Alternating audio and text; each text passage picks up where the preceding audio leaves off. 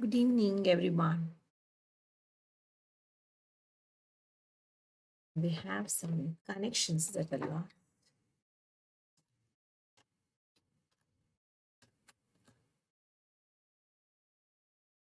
All right, good evening, each and everyone who is watching this particular series. So here we have yet another, session of mnemonics. So this is what we have been doing, and I've seen a lot of appreciations from the students who are benefited. There are many students who resort to this method, the mnemonics, and they don't know what are the good mnemonics they could use. And I'm giving you some of the mnemonics and also giving you lots and lots of explanations to go with those mnemonics.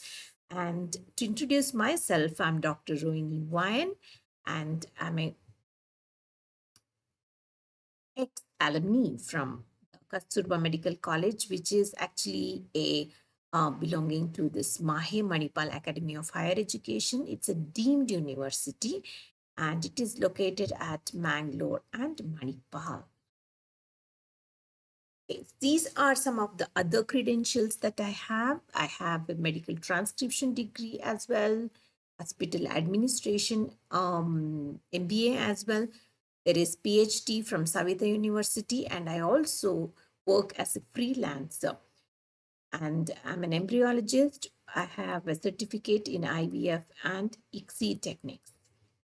So this is something that you can go for if you are interested in gynecology. So if you are interested in that, you can go for this reproductive medicine ART course, and that will allow you to be a freelancer and you can work as an embryologist. So these are some of the interesting things I have in addition to what degrees I have owned from Kasturba Medical College.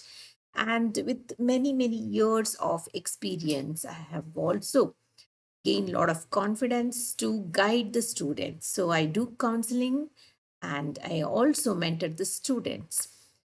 And I have about 10 years of teaching experience abroad. So that puts me at a better place to guide the USMLE students as well. So if you are one of them who wants to, get guidance, you can go look up my profile for more details and you can also message me with your queries. So you have a lot of queries with the subject or you have a lot of queries with how to subscribe and you're not able to do certain things, you can always ask me and you can message me directly at this profile. So my profile will definitely say it is ROHINI. This is how the profile looks like.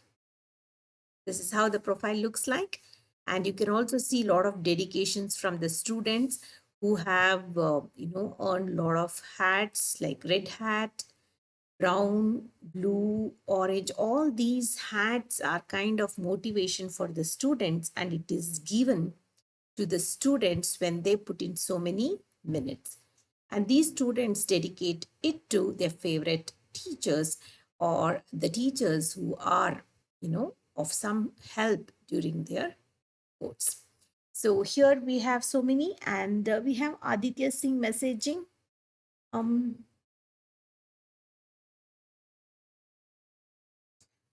there is someone by name Aditya Singh, and he says, how should I approach to write answers in professional to get maximum marks? Okay. Are you talking about the practicals or the theory exam? So you can mention it, precisely. So you say that I'm a first year student and how should I approach to write answers in theory? Okay. I'll tell you exactly. Actually, there was a small course on how to write the theory, answer script and how to go about, writing because in the theory, we have something like structured answers.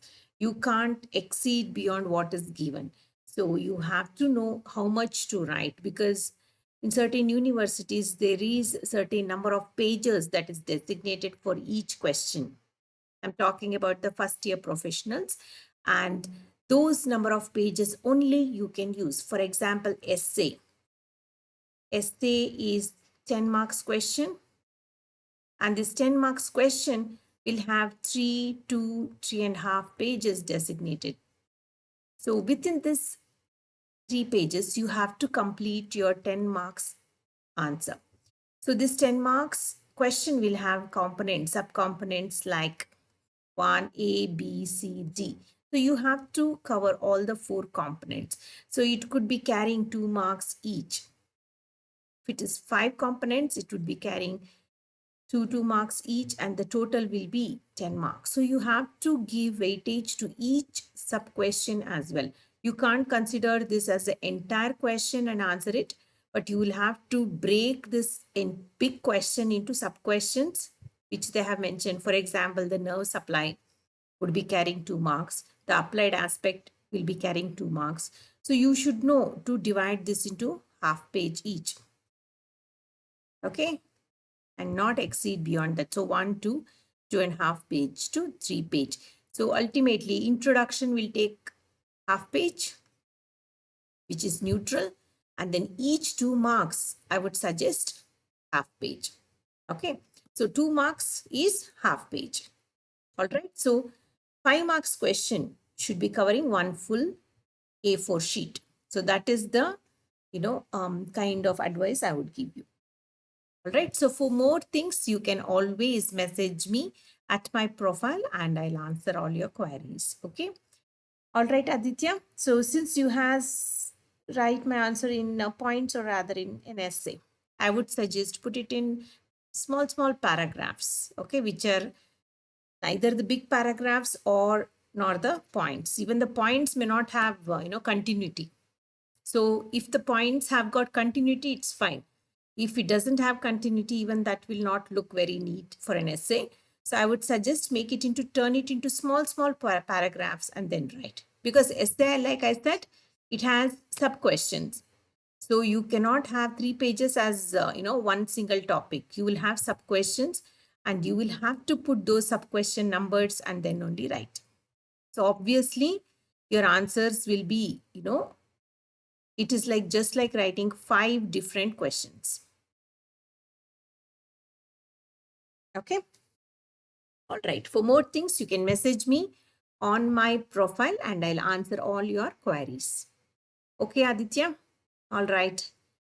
So this is some of the dedications. So you please watch as many videos as possible on the hats and you can dedicate to your favorite teacher and also mention why you want to dedicate it. So these are some of my credentials and you can also see there is increase in number of followers, increase in number of hats and many more nice things happening.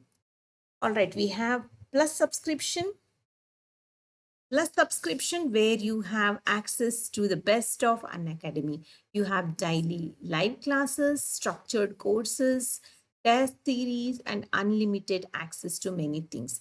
And you also have another subscription that is iconic subscription where you have not just the Unacademy but also the prep ladder along with it. So you have access to 2 things instead of 1. So here you can also see there is unlimited time offer. Unlimited time offer, you have it on subscriptions where the prices are slashed from 92 to 58,500. There is about 10% price slash. Okay, so this is using the code icon 10 you can use the code ROHINI. So these are some of the codes that you can use to get the discount. And you can also see that there is boost your INI-CET, boost your medical PG. All these are some of the amazing offers like 12 plus 2, 3 plus 1. All these are going to definitely give you 1 month free subscription, your 2 months free subscription, and this is definitely going to be of lot of help. there is something nice that is introduced, that is 4-year subscription. So if you are like Aditya and in UG and you want to have a subscription and you want to form a firm foundation to the NEET PG at one single place, go for 4-year subscription. And you can go for plus subscription or you can go for iconic. Plus is like 60,000 and iconic is 75, because here you get the prep ladder access as well. So here, all this you can get it, and you also get 10% discount on the subscription. There is a new feature that has been added. Have you seen this? This is with the plus courses. So if you have been enrolled in plus courses, this is something new you must have observed and appreciated. So that is personalized and highly interactive live classes. You can get the experience, of asking the educators questions and you can get the answers immediately, just like the offline courses. So this is the new feature that you can see. Raise a hand. Professional year batch 1 started on 7th July. Like that, you have last mile to NEET PG started on 7th July. It's 2 months course. Target next 2022. It also started on 7th. It is of 6 months duration, but it is evening classes. So we have adjusted so many classes according to your needs. And Focus FMGE also has duration 6 months. All these are some of the courses that is running parallelly. So you must go have a look at the various options that you can get. You have iconic and plus subscriptions where you have EMI option 48 months. You can get it with 1,125 per month, and here 48 months 1,406 per month. Here also you get the 10% discount, but with the minimum of 6 months subscription, and this is no cost EMI available. And you have to use the code here as well. It is ROHINI. Okay, so there is lots, many things, and you can access all those things using the code ROHINI. So this code is going to definitely give you a lot of free stuff like the quizzes, tests, and many things. So try the code today itself, ROHINI, and you can also have access to special classes which are my special class is at 8 a.m. every single morning or at 9 a.m. So you please look out for the notification. So once you enroll yourself, you will start getting notification about the classes and you can log in at that time using the Learners app, Unacademy Learners app you will have to download. And then once you have downloaded, you will have access to all these things. For accessing this, you have to use the code ROHINI. So don't forget to use the code, subscribe, like and share, and also follow me on my profile. So thanks for having so much patience and watching this. And now we'll move on to the questions that we were talking about, the mnemonics. Let's see if there is anyone who has any other queries.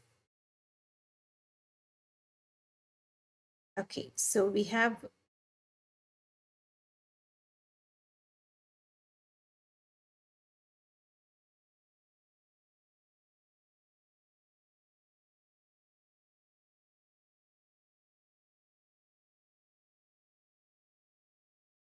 okay, first question. Lateral rotators of the hip joint. Now, even Aditya can answer this. Lateral rotators of the hip joint. You must have heard of lateral rotators. How do you rotate your hip?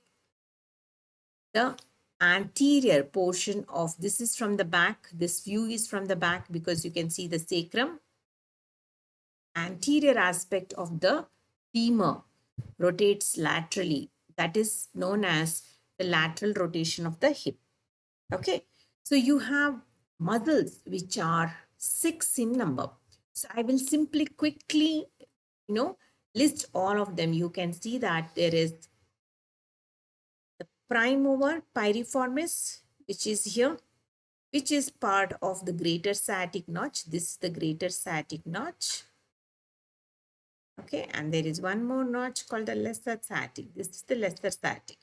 The greater sciatic and lesser sciatic notch you have. And this is piriformis. This is piriformis. And then we have gamellae, superior gamellae, inferior gamellae.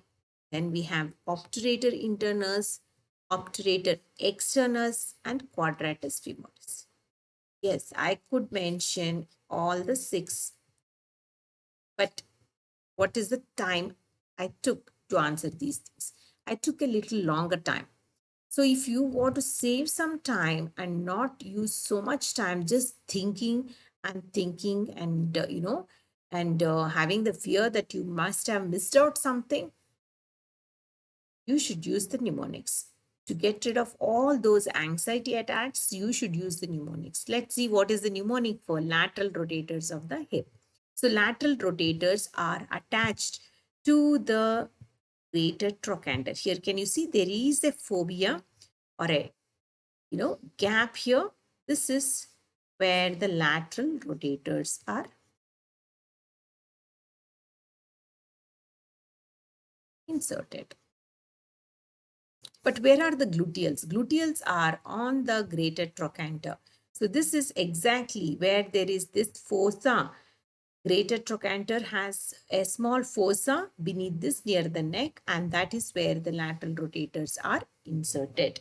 So you must remember this, and let's see what are the mnemonics that what is the mnemonic that we can have for this particular set of muscles.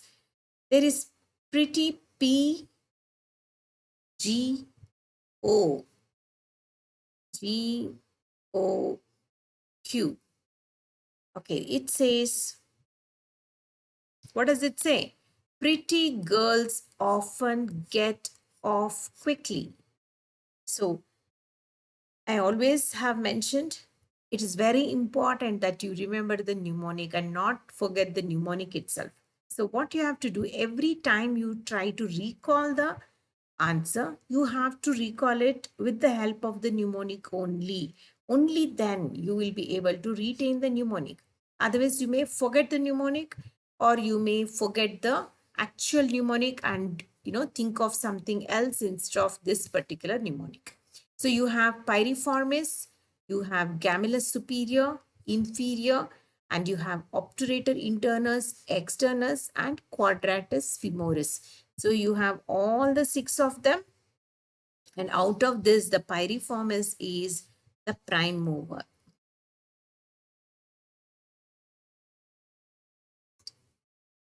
All right.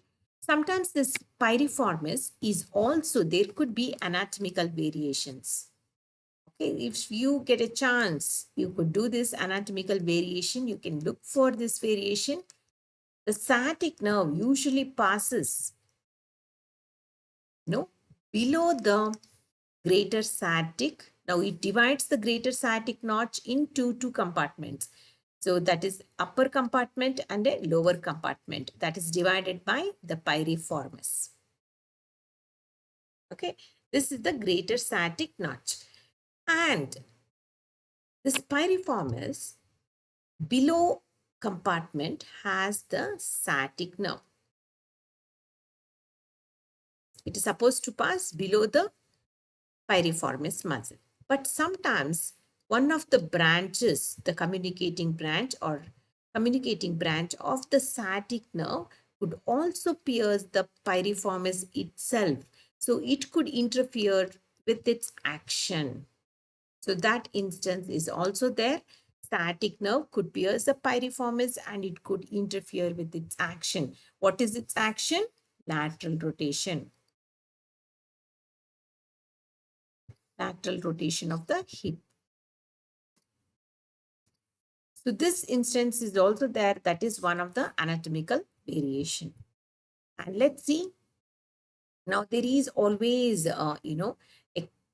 another condition that could mislead you. One is sciatica, another one is piriformis. So when someone comes to you with the pain along the back side of their thigh, back of the leg, then you can always, think of two things. One is piriformis, another one is the nerve root compression. Okay. So the sciatic nerve can get compressed because of the disc. Another one could be because of the piriformis muscle itself. So there is, while both the conditions interfere with the sciatic nerve function, sciatica results from the spinal dysfunction such as the herniated disc or the spinal stenosis. All right. So when do we call it sciatica? Whenever there is a interference from the herniated disc or the spinal stenosis. But piriformis syndrome is completely different. So on the other hand, it occurs when there is a piriformis muscle that is located deep within the gluteus maximus, medius, and the minimus. All these gluteus muscles would cover the piriformis, and that piriformis compresses the sciatic nerve for no known cause. Okay, so that is called piriformis syndrome. So there is a difference between the two. All right, there is another question which is sural nerve is a branch of. Have you heard of this? What is sural nerve? How many of you have heard of this sural nerve?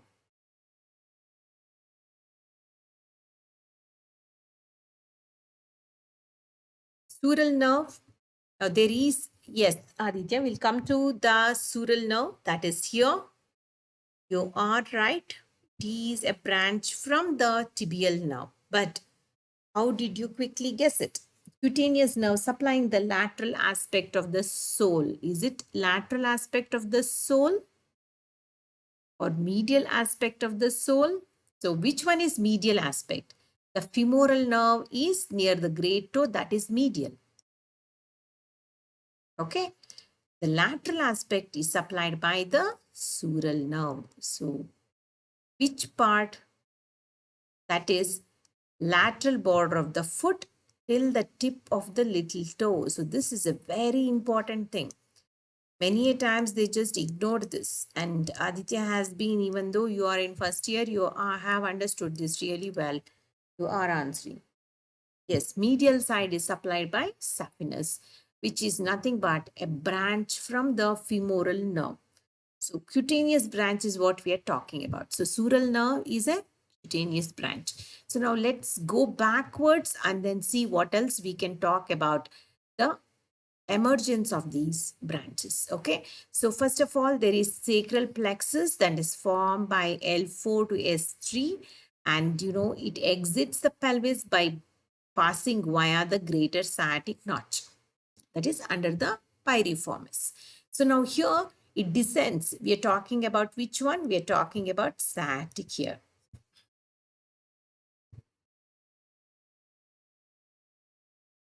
Okay.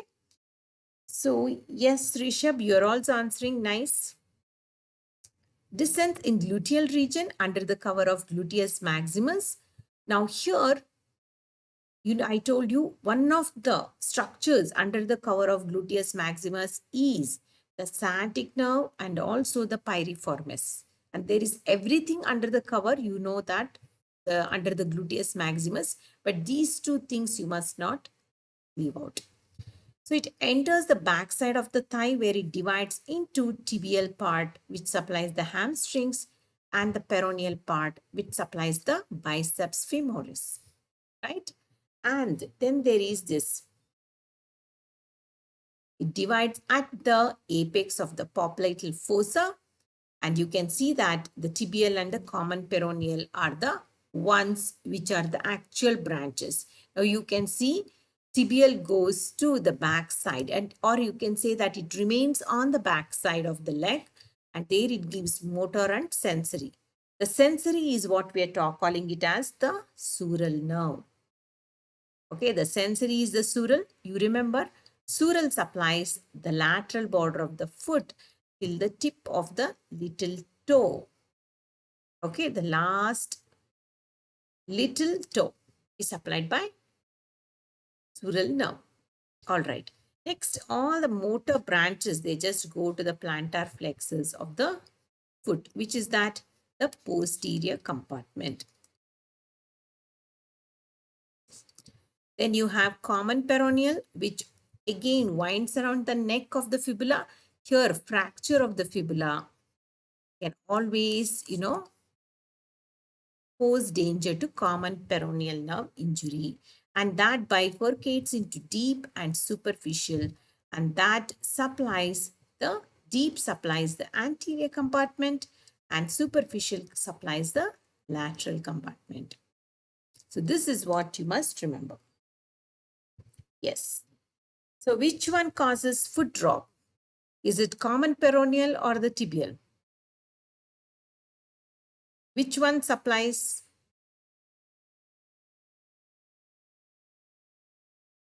Foot drop is caused by injury to which one? Which are the extensors? The extensors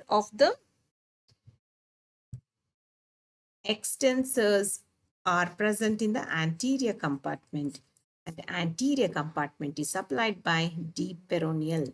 So deep peroneal nerve injury causes foot drop.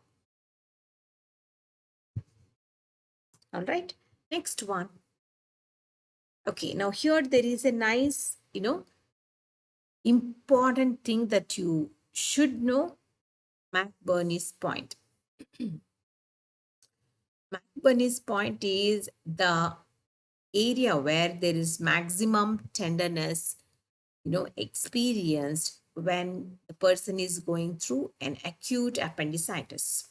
So that is medial 2/3, lateral 1/3. By joining the line from the umbilical, mid umbilical point, so now up to the ASIS, anterior superior iliac spine, and this is umbilicus. So this line, 2/3 and 1/3, when you find that point, you will know that it is the maximum tenderness area. So now here there are certain diagnostic procedures you can remember. Physical exam, rebound tenderness. So you can see that the rebound tenderness is something that you can see, that you can feel when there is this, midpoint, whenever it is pressed, the area around it, also feels the tenderness. And the other one is Rovsing sign, that is when. What is Rovsing sign? We will look at it. Then there is psoas sign. So you can know that the psoas muscle, what is the function of the psoas muscle? Psoas iliopsoas is the flexor of the hip joint. Okay, so that is one thing. The flexion of the hip joint will result in elicitation of the sign. Then there is obturator sign. Obturator is adduction. So you can see that the patient could be asked to raise the leg with the knee flexed. Okay, so the patient is asked to raise the leg with the knee flexed and rotate the leg internally at the hip joint. So when he rotates the leg internally at the hip joint, increased abdominal pain indicates that there is a positive obturator sign. So you have to make the adductors work. When you make the adductors work, there could be a positive sign if the person is having appendicitis. Okay, so this is something you need to know. Next, you have lab studies, WBC count, CT scan, ultrasound, all these things are some of the things. What are the other symptoms that you can experience? Low-grade fever, constipation, diarrhea, nausea, vomiting, etc. Okay, now let's see what is Rossing sign and what is psoas sign. These two signs are also very important. One is psoas sign. I told you psoas muscle is the flexor of the hip joint. Right? Now here, Pain is felt on passive extension. So it is for the flexion. On passive flexion of the right thigh, the pain is felt, and patient lies on the left side. So you know that the you know appendix, it is on the right side. So patient is made to lie on the left side, and examiner extends the patient's right thigh, as you can see here, and while applying counter resistance on the right hip where it is pointed. So this will particularly elicit pain in the side or on the side of the leg, that is on the right side. So this is known as psoas sign. Next, there is one more called Rousing sign. Whenever there is tenderness in the right side lower quadrant, the right lower quadrant, whenever there is a palpation or when you palpate it on the left lower quadrant. So when you do it on the left side, there is pain on the right side lower quadrant. So this could also mean that it's a positive rousing sign for appendicitis. So these two things don't forget. All right, next one. We have branches. Now, if someone asks you suddenly, what are the branches of the femoral artery? What would you say? So these are some of the deep branches of the femoral artery.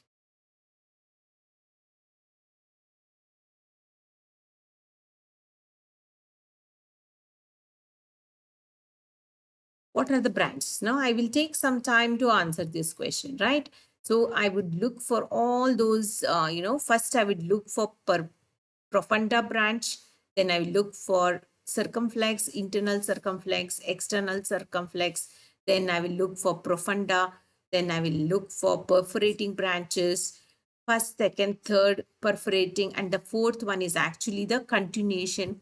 So if I know the theory properly, I'll be able to say it. But even then, I take little more or longer time. But with the help of mnemonic, you will really get it. It is something like, it's kind of a prompting. So the brain gets prompts from inside and then you will be able to recall it really quick. Sometimes you know the answer, but that particular moment you will not be able to recall. So you can avoid that with the help of mnemonic. Let's see what's the mnemonic here. So here you can see anything that says circumflex, okay? So you can see the circumflex ones are the ones which supply the joint as well, the hip joint as well. So it goes in circular fashion, and anything that says profunda is a deep branch. So let's see here. This is the mnemonic I can say. Profunda femoris is the first one. The mnemonic is put my leg down, please. So what you have to do is you need to keep a book and write down the mnemonics and look at it or try to recall the branches every day. So if you do that, probably you will know the mnemonic as well as the branches clearly without any confusion. So this is the mnemonic for the femoral artery deep branches. You have P for profunda femoris, M for medial circumflex, and then L for lateral circumflex femoral artery. And then you have D for descending genicular artery. See, this is something we could have missed. It was not seen very easily, so we could have missed. So that is there, descending genicular branches. So you have all these genicular branches are for the joint. Okay, what is genicular? Genicular is joint, which are going to form the joint anastomosis. Which joint? Knee joint anastomosis. They are going to contribute to the knee joint anastomosis, that is descending genicular arteries. Then you have perforating arteries, P. So this is the mnemonic. Put my leg down, please. Okay. So don't forget the mnemonic. Next. Now we talked about the genicular branches. We talked about the anastomosis of around the knee. Now, what are the ligaments of the knee joint? Immediately, I I feel like thinking about those ligaments. There are so many ligaments. How do you remember those ligaments? So I would just simply remember this as father. Okay. Father likes sandwiches. Very simple. Sometimes when you don't want to remember or start thinking about the harder things, you can start with something like this sandwich, like father. These are the common things that we use daily, right? And this can really prompt you to think of those tough words. Sandwiches, cookies, and then toffees, fruits, and fruits of apricot for tea. Let's see, what are the letters that we would want to pick from this big line? Okay, first one, I would pick the F, that is the fibrous capsule. L for ligamentum patella. S is for semilunar cartilage. C is for the cruciate ligaments. There is anterior and posterior, both of them. And how do you remember? If you hold the right hand and cross it over the index finger, and that would become your anterior and posterior cruciate ligaments. If you hold your left hand and cross it over the index finger, middle finger crossed over the index finger would become the cruciate ligament on the left hand. That's how it is. This is how it is in your knee. Anterior and posterior cruciate ligament positions. And there is tibial collateral ligament. T is for toffee. Remember this. So how neatly you can, recall. Yeah, immediately you can think of fibular collateral, and you can think of oblique popliteal. Okay, that is for O. And you have apricot, that is for arcade ligament. And there is transverse ligament. So these are the ligaments of the knee joint. So don't forget the mnemonic, and you can, take less time with the help of mnemonic, believe me. So this is actually a memory device, and these devices or aids are really important in recalling. Everyone has different method to recall, but this could be your method. Okay, let's see what next.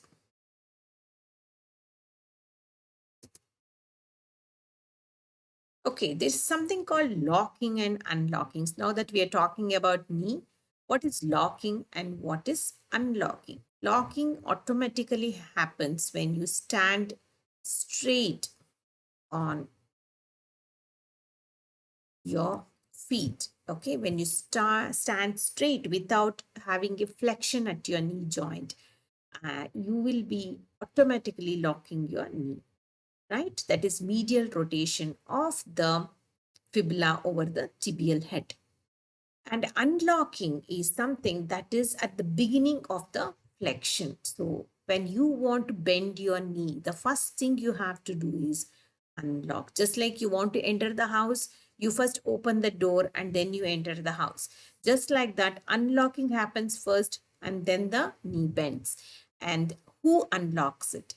There is an important muscle that is again one of the muscles that usually gets injured in these runners because they flex, extend, especially when they're running. Their feet is extended and flexed, extended and flexed. So that repetitive movements and sometimes can all, injure the popliteus tendon. So here one of the, features of popliteus, important peculiarities of popliteus tendon is its origin is tendinous and insertion is muscular. And you can see that there is a line called popliteal line and it goes to the medial side of the tibia on the popliteal line. So what is the mechanism?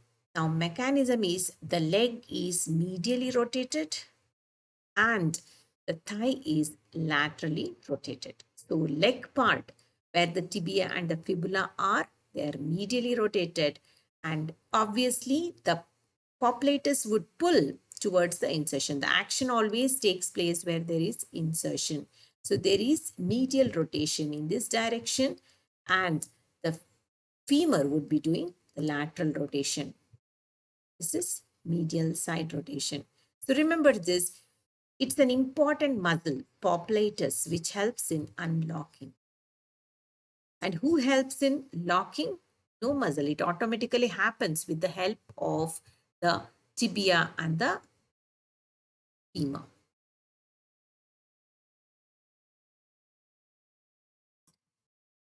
All right, next one. So now this is done by the action of popliteus muscle. So it's very, very important to know what is the action of popliteus muscle. So here you could also be given a scenario, of someone who is a runner and he has injured this muscle. What could be the reason? Because of repetitive locking and unlocking movements. So these are the other muscles which help in similar action: semitendinosus, semimembranosus, and gracilis. See, all these SSS, they're all present on the same side. So all these are the attachments on the medial side itself. So they are also going to be the ones with unlocking movement. Next, you have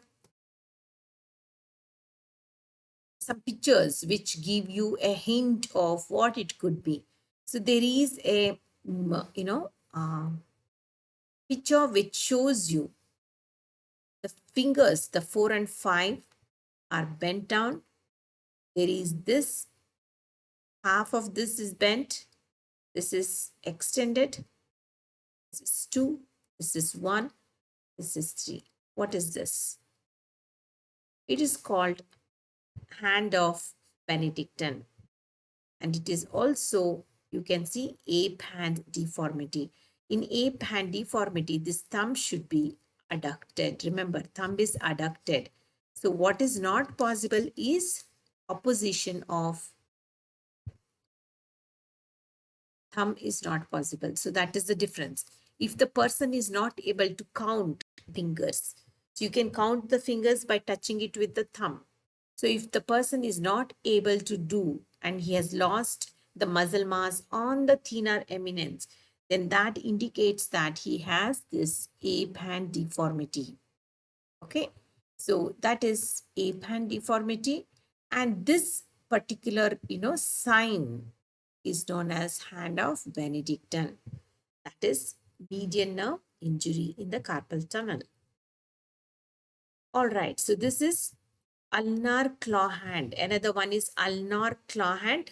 This is ulnar claw hand, where the inability to extend the fingers at the interphalangeal joints, and it results in permanent flexion or claw.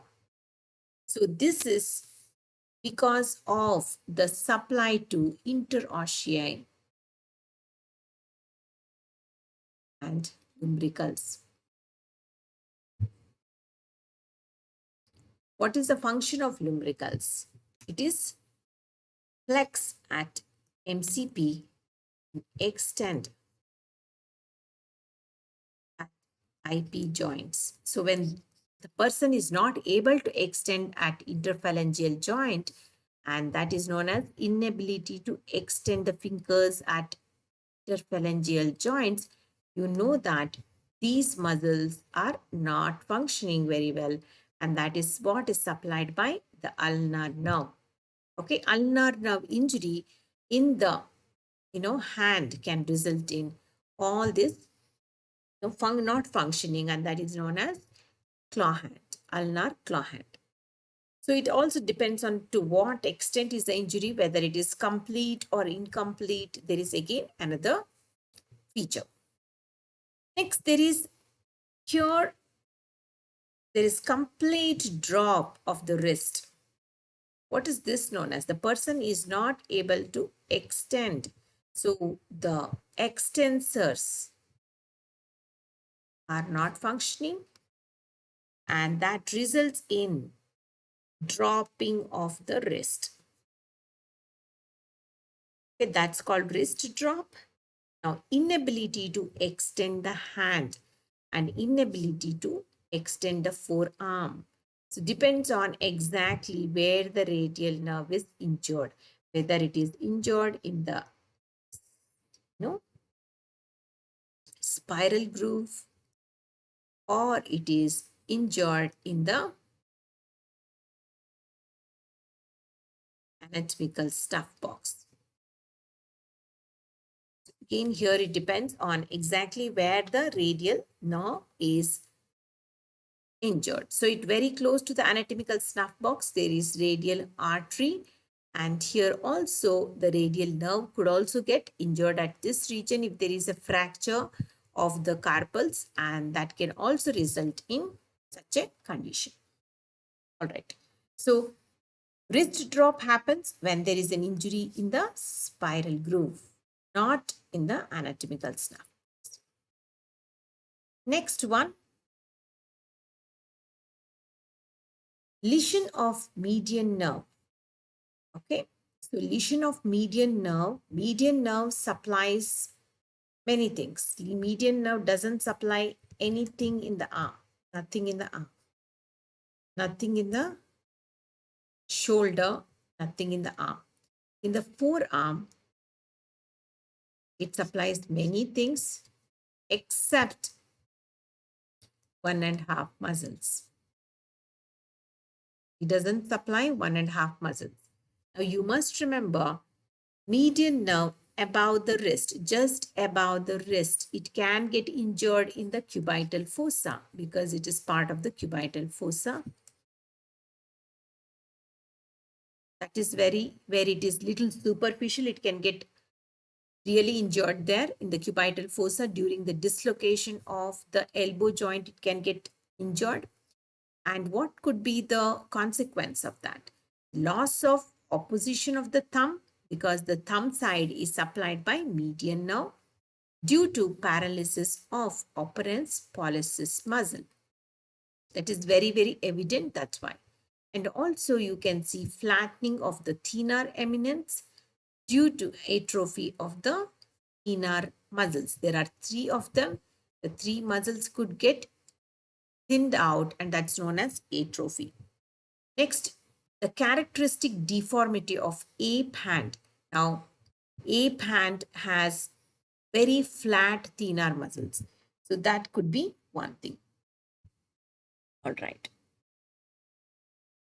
Next, loss of cutaneous sensation on the palmar surface of the lateral 3.5 fingers. You can see 1, 2, 3, 3.5 fingers, right? The other 2 are supplied by the ulnar.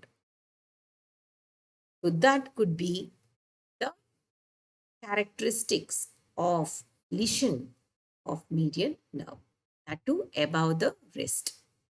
So you must keep in mind, yes, Ujjwal ma'am, yes, Ujjwal BHMS students can also take plus subscription. You do have everything, but see, one thing is the difference between the MBBS and BHMS is you have more than the allopathy MBBS, curriculum. So you have your own shastras to study, you have your own, other books to study other than the regular MBBS curriculum. So you have actually this plus that. So the burden is doubled actually. So you have to, study the curriculum that is for MBBS. So that part you can definitely cover with the subscription, I would say. And the other things you can check out using this learners app. You can see if there is any other courses that is available that can match the BHMS curriculum. So, but you can definitely go for the plus subscription. You have all those things that any MBBS, curriculum would have. So, plus your own method of, treating. that as well you have to study. So you can go ahead. All right. Now, next question, sciatica pain pattern. Now, there is always, sciatica is compression of the sciatic nerve during its course. Now, sciatica, what is the root value? It starts from the L4 and it goes on up to S3, right? So that is the root value of sciatic. Now, the compression can happen anywhere during its, at any of these roots. So, compression of the L4 nerve root can result in pain radiating from the lower back and goes down up to the knee, not beyond that. The compression of S1 nerve can result in pain that radiates down to the foot. So you must remember which one is for which one. Okay, so that is sciatica pain pattern. Next, you can see there is one last thing that I would mention. We talked about sciatic nerve, we talked about various structures. I told you that there is this piriformis muscle. It divides the greater sciatic notch into upper and lower, birth-like things or compartments. The upper one has only superior gluteal nerve and vessels. What about lower one? This has inferior gluteal nerve and vessels. Plus, you also have sciatic.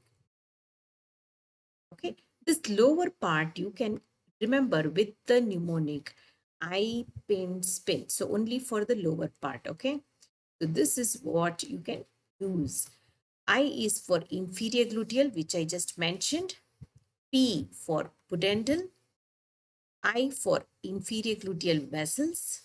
N for nerve to quadratus femoris, and S is for sciatic. You can see the sciatic here, and P is for posterior cutaneous nerve of the thigh. Then you have I for internal pudendal vessels, that was nerve, and this is vessels. And these are present in the pudendal canal formed by internal obturator internus. So that's why you know that the pudendal canal is formed by obturator internus and it carries all these structures. So it's easy to relate, right? So when you have a mnemonic, it becomes even more easy. And then you can concentrate on those things which, for which you cannot use a mnemonic, or for something which you don't have a mnemonic. So when there is a mnemonic that is freely available like this, you should just make an effort to note it down and also try to recall with the mnemonic always. Whenever you have to think of all those structures, you always use the mnemonic. You do 2-3 times, you will be a master in this. Okay, so with all these things, myself, Dr. Rohini, I would like to say thank you to all those who have been watching. And every night at 10 p.m., this mnemonic series is going to be there. So please watch and make use of all these mnemonics that I give away. And I also have a class every single morning at 8 a.m. or at 9 a.m., one of the timings. And you can get the timings, notifications, everything handy with the subscription. So you go for subscribe, and once you start following and subscribing to my classes, you will get a notification. So once you start getting notifications, you can simply have a playlist. By having a playlist, you will have access to all those classes that I have covered in the anatomy. So the things become even more easier, because when you want to revise it over and over again, you can always go back and read those things. Or you can, if you forget this mnemonic itself, you can always come back and watch this video again, and you will have this mnemonic back in your brains again, right? So that you can do, for all this, you need to subscribe. So subscribe, and then you can, the subscription is very easy. When you're watching the video, you have a small drop down there. So just click on the drop down. It will take you to my Telegram, and it will also take you to the other things where you have feedback and where you have the link to my profile. So go check out all those things, and then you can decide, what you want to do with all these things. All right. So with all this, myself, Dr. Rohini Wine, mentioning thank you, big thank you to each and every one of you. And you have a very wonderful day ahead. And those who want to retire to bed, good night.